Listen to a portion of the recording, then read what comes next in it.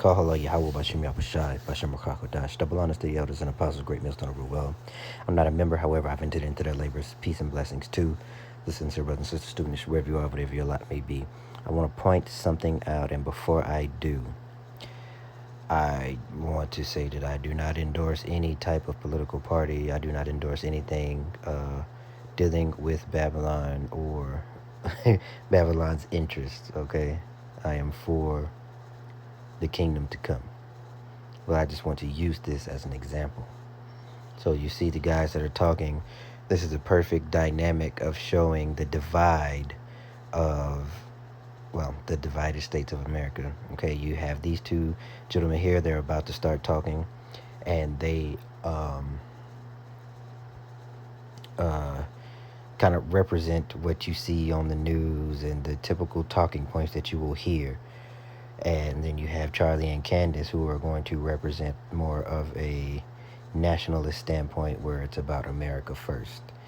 And, you know, if Satan be divided, if Satan against Satan, I can't remember where that's at before we even start, but I do need Habakkuk 2 and 5 because this devil never keepeth at home. We will just read them ahead of time. How about that? All right, so this is Habakkuk 2, verse, behold it, so let's start at 3. For the vision is yet for an appointed time, but at the end it shall speak and not lie. Though it tarry, wait for it, because it will surely come. It will not tarry. Right? So you have a lot of civil unrest on the way. People are going to start losing their jobs. A huge crash is predicted for this summer. Who knows how that's going to play out? Maybe it'll delay and push till August or September or something. Who knows? It doesn't matter. It's coming. All right. Folks will lose, gonna start having to get rid of some of their comforts. All of us will. All right, that's just the nature of the beast when it comes to the fulfillment of prophecy. But we understand that, Yahweh Shai has his elect in his hands, and we will all, at some point, somehow, some way, somewhere, we'll have to stand on faith and stand on everything that we've preached, stand on everything that you've read, stand on everything that you said to encourage another brother or sister. You yourself, we ourselves are going to have to stand on that. Verse 4, but his soul, which is lifted up, is not upright in him, but the just shall live by faith. Yea, also because he transgresses by wine, right? And an example of that is how you want to go into the land of Ham, and preach about human rights. And the Africans are just lighting them up, calling them out. Every nation is calling out Babylon the Great for its hypocrisy. And you will see this hypocrisy in the video as well. As I stated, the two guys that you see here are going to represent that classic American talking point, hypocrisy.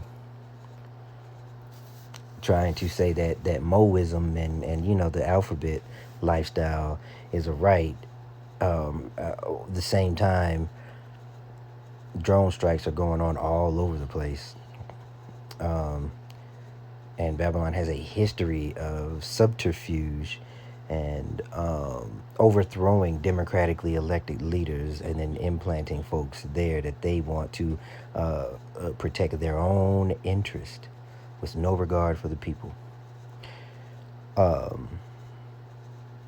He is a proud man, neither keepeth at home, who enlarges his desire as hell, and is as death, and cannot be satisfied, but gather unto him all nations, and heapeth unto him all people. And back on that point of them pushing the Moism, the freakism in Africa, I speak as a man, but because it is a high concentration of Jake there, I believe that as a man, and I speak as a man. But I think it's a way for like a little cherry on top. So not only are they giving them stickies and pokies in the arms that sterilize the women, but that Moism is a way to also kind of help curtail that population, because their children, I'll say alphabet lifestyle children, are not born, they're indoctrinated. Okay, they're made. And you have to push that on them in order for them to be accepting and roll into that kind of lifestyle, right? Nobody's born that way. So let me let this play. So I have a disagreement with your guys' take in Ukraine. As I understand it, your position is that it's really expensive. We shouldn't be sending all this money, and it's also none of our business, right?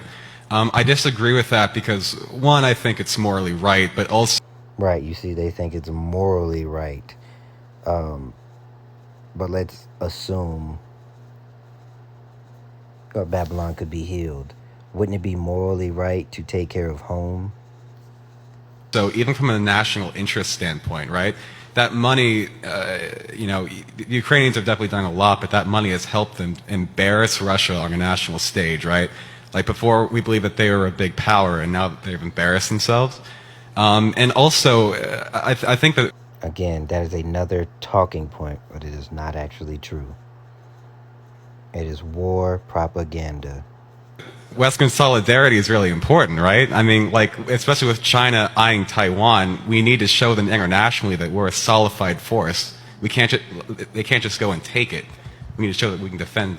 So we're spending trillions of dollars to embarrass Russia. That's like a little bit of embarrassment. Is that what we're trying to do? You think that we should be recycling millions of dollars and having millions of dollars disappear into thin air so that we can say, ooh, look, Vladimir Putin is embarrassed. And if by embarrassed, you mean shaking hands with Xi Jinping, talking about how things are going to change and that the next 100 years are not going to look like the last 100 years, then you are not paying attention to what is.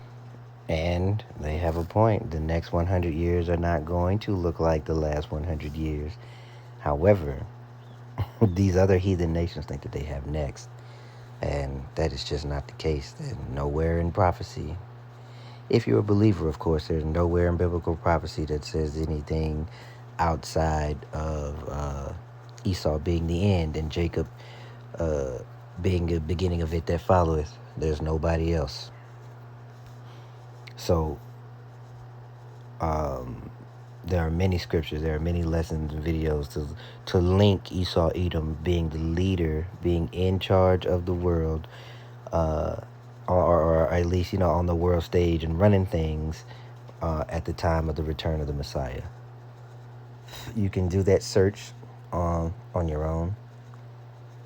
Do your own due diligence. Go find it, do the video, or look for the video, take your notes. That isn't what this is going to be about. I did say that I was going to say grab the scripture about Satan divided against Satan. I know it's in the book of Matthew. Oh.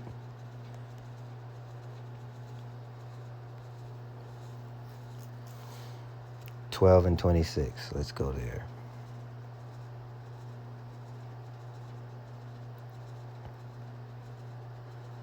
Straight to the point. Little background. The Pharisees, I believe, were saying Yahushua was of the devil. All right, they said he was basically operating off of some left-handed means, and he had showed a little spiritual power that he had, and he kind of read their thoughts and read the room, read the faces, and then he formed his response. All right, and that is verse 25.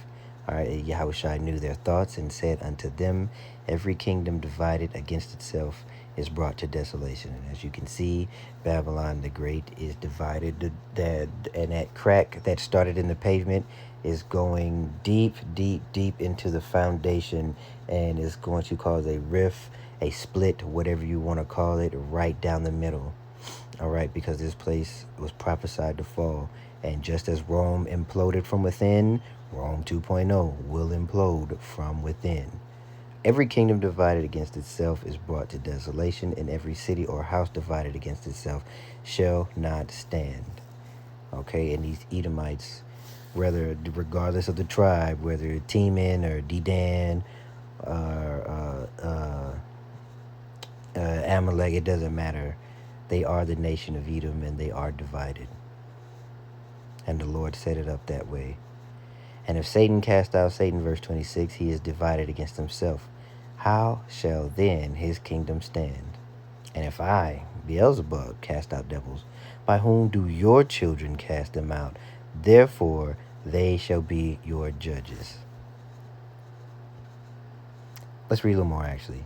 But if I cast out devils by the Spirit of God, I'm reading verbatim, or by the Spirit of Yahweh, then the kingdom of Yahweh is come unto you.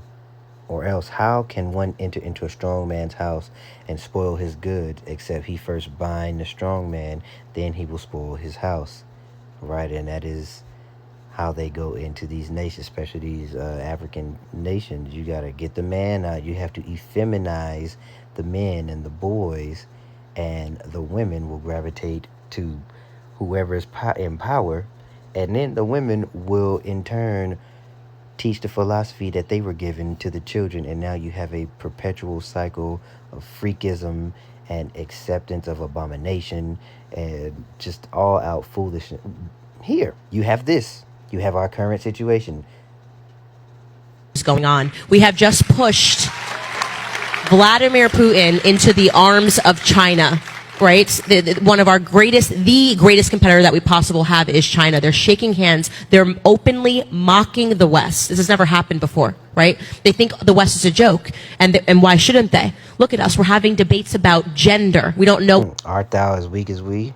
What a woman is, okay? Hollywood, we think that it's cool to have Zelensky make attendances at the Grammys. It's a joke. It's a complete and utter joke. So no, first and foremost, we talked about national interest. National interest require that it was in our nation or it impacts us. It's not my effing business what happens in the Eastern Corridor while we have real Americans that are suffering today. And if you notice, it's been non-stop wars that we haven't lost. You want to talk about embarrassment? Try leaving billions of dollars of technology in Afghanistan after spending decades fighting. That's embarrassment.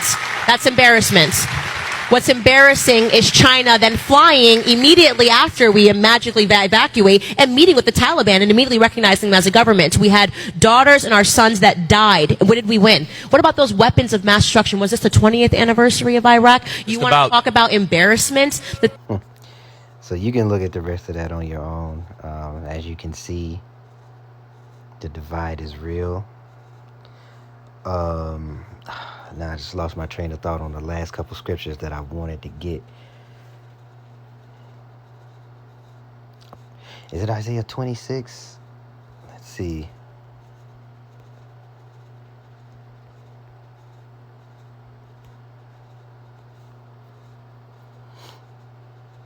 Oh, I guess I need... well, you got Revelation as well.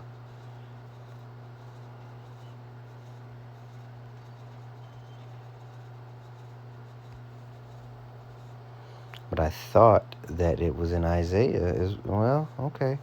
Let's go to Revelation 18. We're going to close it out on that. Well, on a few, actually, because I wanted... I know that there's one in Isaiah.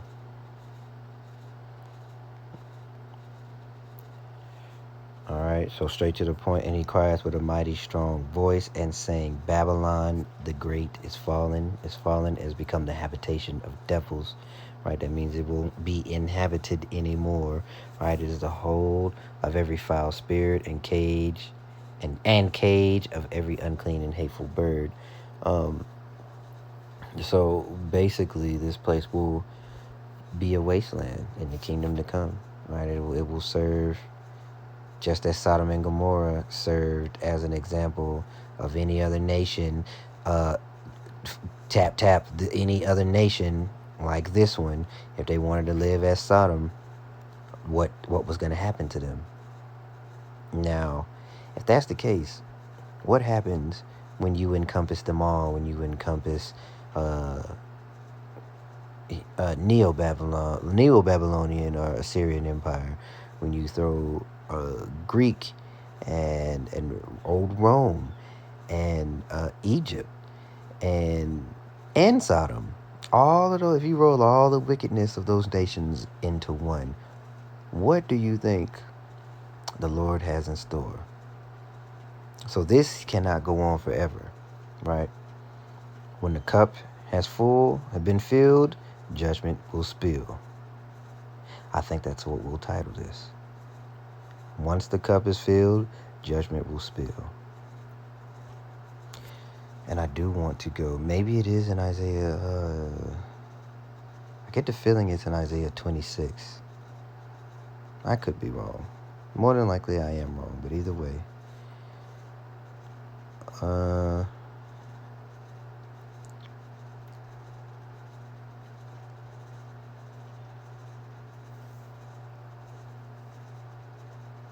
Let's see.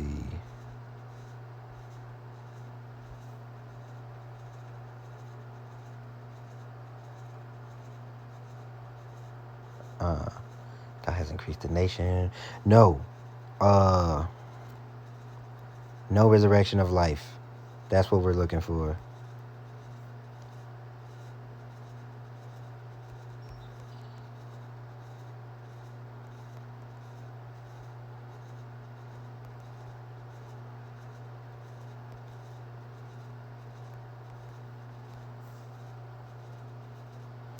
Can't be John. I know it's in Isaiah.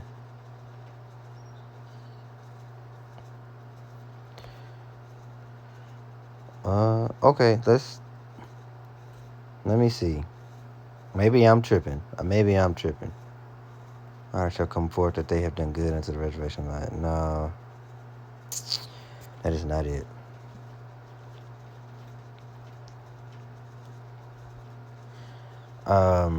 Man, that's gonna bother me. But basically, I don't want to hold anybody, especially if I can't find that scripture. I'll be able to put that in the description box once I post this. But as you can see, the divide will continue to deepen. All right, the money will continue to be devalued. Interest will continue to rise. Wickedness will continue to rise all the way up until the Lord comes and puts his foot in the behind of the wicked, according to Malachi, the book of Malachi, the wicked, right? And also, you can read through the book of Obadiah, and that will tell you, it'll give you some insight on the end of our adversary, who is the devil and Satan, right? The counterpart of the spiritual demon Satan, and is on this earth, executing the will, or his will, or should I say executing the will of Yahweh on the left-hand side. So, with that being said, I pray that you are edified. I pray that you continue to be strengthened, and that the Lord grant you all the things that you pray for in regards to having the tools to make it out of here, having the tools to fight that mental anguish that you are going through, to stand firm for the name and stand tall in the belief and in the truth that you have built your foundation upon. All of that. Right? Abba, and Shalom.